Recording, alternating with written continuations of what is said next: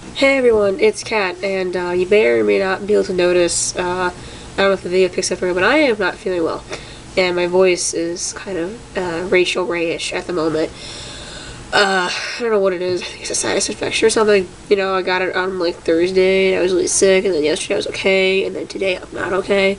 But I'm dealing with it. Today I'm going to talk about something that I'm not qualified to talk about. But it's just like, a thing that if you are a person who goes on basically any kind of website, Tumblr especially, but Tumblr kind of got a lot of things wrong about it, Twitter, or if you're a follower of anybody on that got the glasses, then you've no doubt heard about it. It's called SOPA, the Stop Online Piracy Act. And I think it came up a while ago, about a month ago, maybe-ish. I remember on Tumblr, and it was kind of annoying because Tumblr's campaign for it was putting censor bars over everything, and with these annoying pop-up ads about contact your congressman. And at the time, I really don't think people who were against SOPA were making a decent argument against it. It was only very, very recently, I think within the past week, that any kind of intelligent debate against SOPA was popping up. And that's because, at least as of Thursday, SOPA was actually it was being argued amongst its committee, I think before being sent to the House of Representatives. And like I said, I'm not qualified to talk about this, so I'm going to try my best to talk about it and give my viewpoint about it and try and not sound like a total asshat because I'm not totally completely educated on it. And I had to give the spiel to my friends yesterday when we were eating lunch in Chicago. So basically the premise behind SOPA is something I think a lot of people can get behind, which is stopping online piracy. You know, that's three of the letters. And which is fine because honestly, yeah, piracy and so that's where's my tea. Piracy and copyright infringement is a big deal, and it's a huge deal, especially on the internet, where people can get past any kind of a lot of copyright filters. But apparently, a big thing with SOPA was the idea was it was to stop international piracy. There are people internationally who will take content, put their own ads with the content, stream it, and they make money without any money going back to the original content providers. Okay, understandable. And obviously, if you've ever used anything like uTorrent or any torrenting, it is technically piracy. However, SOPA wants to. The problem with SOPA is the fact that what it would do is it would give general people, anybody they want, or anybody like okay, it would give anybody the power to report a site that they think is copyright infringing. And if you think there are major problems with that, it's because there are. The greatest example is probably on YouTube, where people flag content all the time, and sometimes it's not right, and sometimes they're just flagged because they don't understand that there is the right that people can use copyrighted content under the fair use policy. I think it is. I think it was called the Millennial Act, where and you can create like parody work is legal, and so is like critiques and reviews of it. So people like Yu-Gi-Oh! The Abridged series face so many issues, but even though they're allowed to do what they do, which is parody, they got reported so many times, and YouTube's system is faulty at best at claims like this. But the other big website I think most people think of with this issue is That Guy with the Glasses, or Channel Awesome, and they do that Guy with the Glasses. They cover Blistered Thumbs, their video game site, but that covers people like the Nostalgia Critic, the Spoony One, Linkara, the Nostalgia Chick, Angry Joe, Bennett the White, like those people who do reviews because okay, so a lot of my information honestly has been coming from That Got the Glasses because they're kind of like the one website I think that they're the most worried about this, and justifiably so, but they've been posting up a lot of good videos about these things. And I'm going to link to some stuff in the post I'm making with this, because a lot of their videos kind of explain things a lot better than I ever will. And one of the guys, Todd in the Shadows, talked about, like, he said he originally worked for a newspaper, I believe, and he said that the art of the critic is kind of dying out, in newspaper format or in written format, and so a lot of critics have to turn elsewhere. And unless you're lucky, you're probably not going to land a critic job on TV. But the internet, because it's a whole open field, you can be a critic of whatever you want, and it's a job opportunity for people to get up off their feet and make a name for themselves in basically like a free environment. And I'm losing track of all my points here, so if I abandon a topic like I think I just did, it's because my brain is not exactly in its best mode. And what they're worried about, and I think what the justifiable anger is about is if SOPA goes from fighting international copyright people to turning domestically. Because the problem with the bill is that it's so vaguely worded that, and so many loopholes, that it can easily be turned to domestic sites, people based in the U.S. And another problem, I was actually watching a stream of the procedurals on Thursday, and it's very sad because the person in charge of this committee, I can't remember his name, I think he's from Texas, he basically was ignoring everything that people were bringing up and arguing, and there were going to be a ton of amendments to this bill that people kept bringing up, and so Thursday was mostly amendments to SOPA, but a lot of the amendments got stricken down they would still be attached to SOPA, so in the case that the amendments were attached to SOPA and SOPA passed, it would pass, but the amendments were to make it less scary, to say. But basically, I believe most, if not all of those, got stricken down. And I think one of the amendments was going to limit it to only international sites. However, that amendment got stricken down and is basically SOPA leaving SOPA open-ended to apply to domestic sites. Okay. My problem with this is not just as a user of the internet, not just as a fan of Channel Awesome People, and not just as my problem is also because I myself am a creative entity, and to be fancy, and if, for instance, somebody has a problem, if I'm gonna make a portfolio website for myself eventually. I'm gonna have to, but once I do, I worry about people reporting me.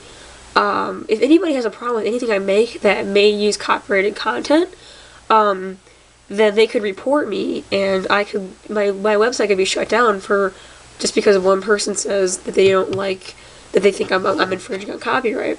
And a worry is that this could happen, and that we don't know what, people are unsure of how fair it's going to be and what the due process is. But if you just think about that, that's kind of scary that we're in a country that's supposed to be, free, and we're the people of freedom, and yet someone could hold a grudge against me and report my stuff and it can be taken down, and then I could be censored later on.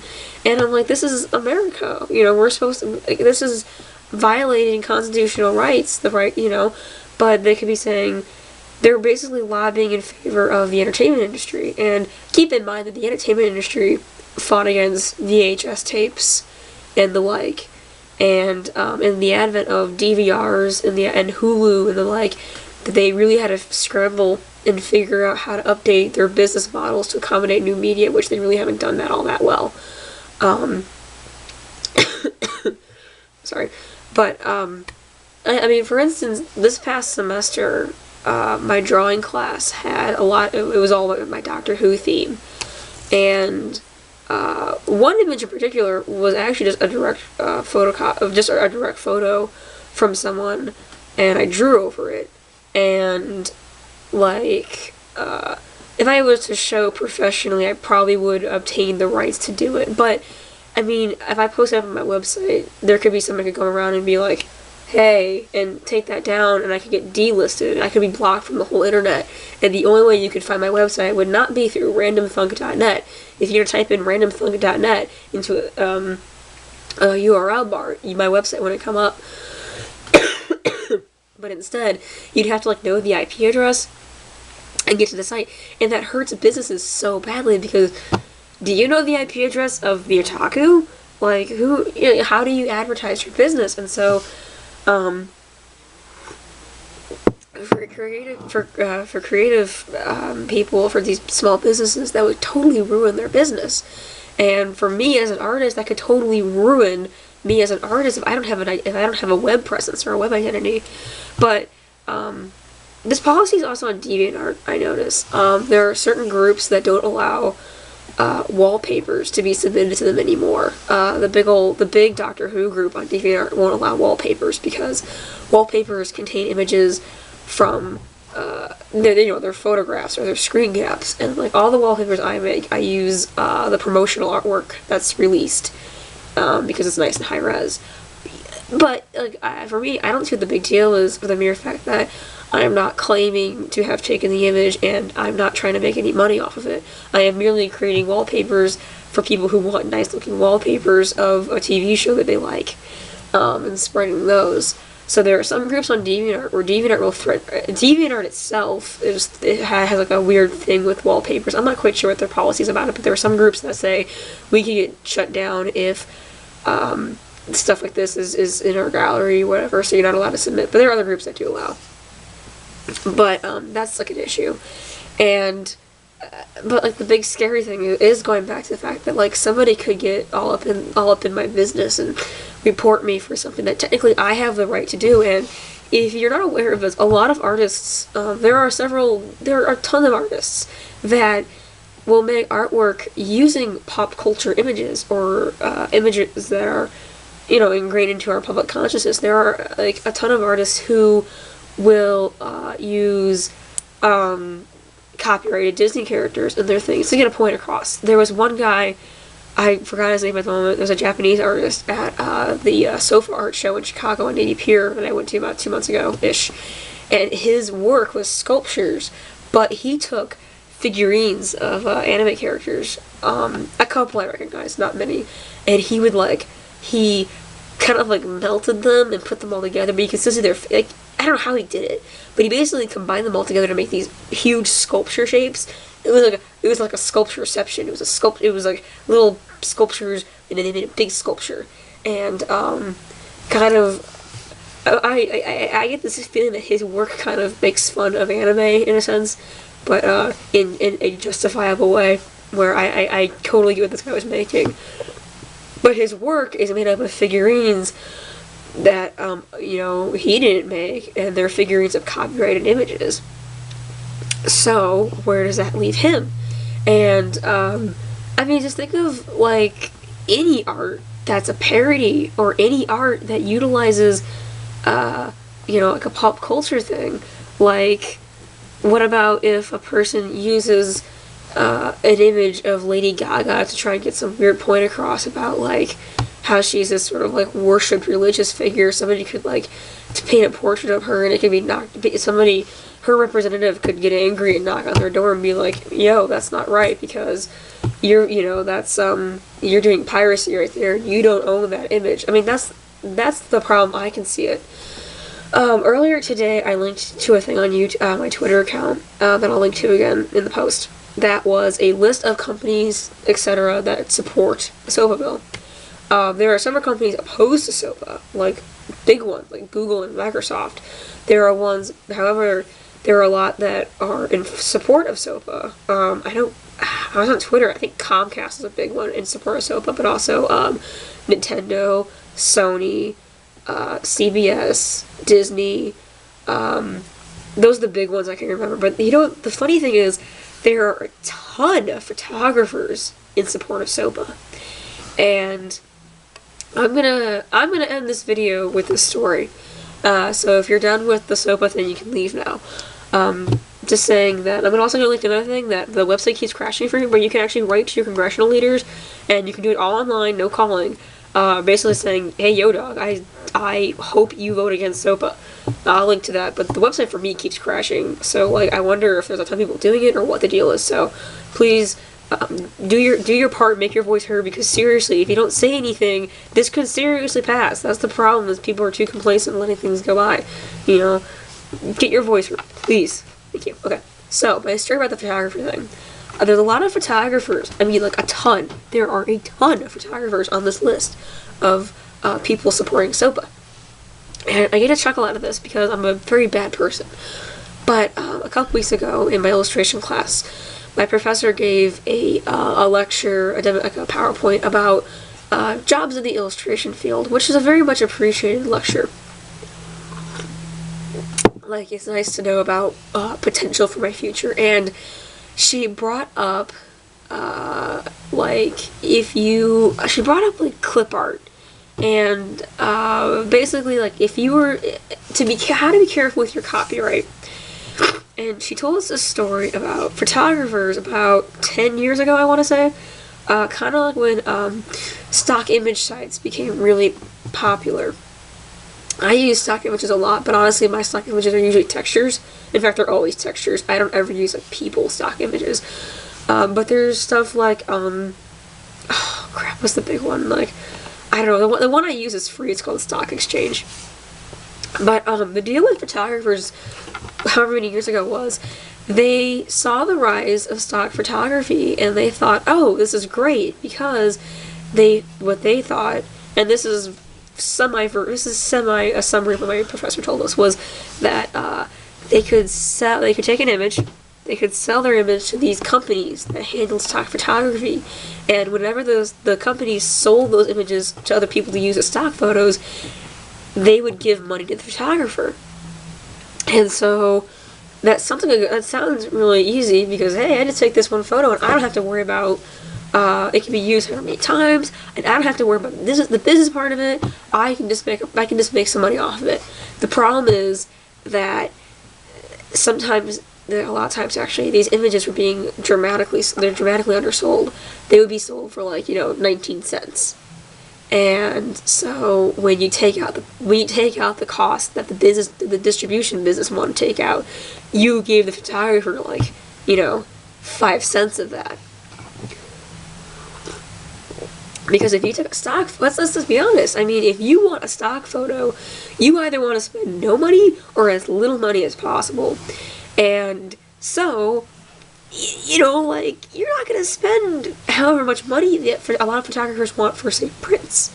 You're not, I highly doubt that if you're looking for a stock photo that you'd even be willing to pay $5 for it. Because there's a lot of thoughts, and I kind of support these thoughts, which is, you took a photo and you don't have to do any work with it after that. You take a photo and you print it out, and you can print it as many times as you want, so why should I pay you a lot of money if you can sell it again? So I could pay $100 for a photo, and yeah, you can sell this photo like 100 times, 200 times, 500 times, So if you can make it that much from one single photo, why should I pay you that much money for it? I understand people who buy stock photos probably think this, and that's like probably what the distribution companies thought, but photographers didn't think of it that way. Again, quoting my professor, don't get mad at me. So photographers are extremely protective of their copyright, I notice, and I don't blame them. And I'm protective of my artwork. If it's something that my school stuff or whatever, the thing is, I don't post anything high res on the internet anymore. Anything schoolwork, we're not supposed to sign anything on our schoolwork unless we're instructed to. And I understand why, but like, I'll post up low-res images. I'll post up like a 700 pixel by 500 pixel picture that was saved with a compression rate of like 6 or 7. So therefore, if you enlarge it, compression goes out the window and it's not going to look good. And if I really put a lot of work into something, I'll watermark it. I don't watermark too much.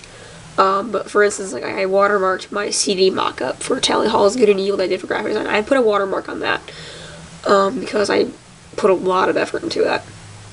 I will sign any of my own art. I'll sign any of my for fun art. I'm actually, honestly, at my age, at this day and age, I'm worried about my fan art being stolen. So I will watermark any drawings I do that are not, it's not for school. I sign everything. And I watermark all my wallpapers and everything like that, which can be useful a couple times. Trust me. So, I think the thing with the SOPA thing and why so the reason, if you can't tell why I got a big chuckle out of a lot of photographers being listed, was photographers saw how bit in the ass they got 10 years ago or so, whenever this came about, and they're trying to save their asses again from a mistake. And I cannot. You have to look at the list yourself and just skim it and just see how many times the word photographer or photography comes up. Tons, just tons of photographers on there, and I mean, like, yeah, like, you guys got. I mean, if you're a photographer, it's really tough, and so is any kind of artwork. It's really tough to keep hold of your images, keep hold of your content, but at the same time, you gotta accept the fact that the internet is giving you exposure that you would not have if the internet didn't exist. I mean, seriously, I'm so grateful for the internet. For, like, social networking is a thing that we're taught we have to do in art school. Like, social networking is a huge thing to getting your name out. Like, our professors are encouraging us to get Facebook pages, to have Tumblr accounts, to go on a bunch of art forum websites, and to enter, like, contests and things to try and get our names out there. Because we have a venue that they didn't have when they were, like, in school, like, 20, 30 years ago, whatever. So photographers now are supporting SOPA probably because they're trying to regain some copyright holding, but it's a little late for that. I'm sorry. But that's my photography story, and that's why I mentioned it on my Twitter, but I didn't talk about them because it would take about 20 tweets for me to tell it, and I already ramble enough. Okay, so I'm gonna end this and let my voice rest a little bit, and I'll talk to you guys later.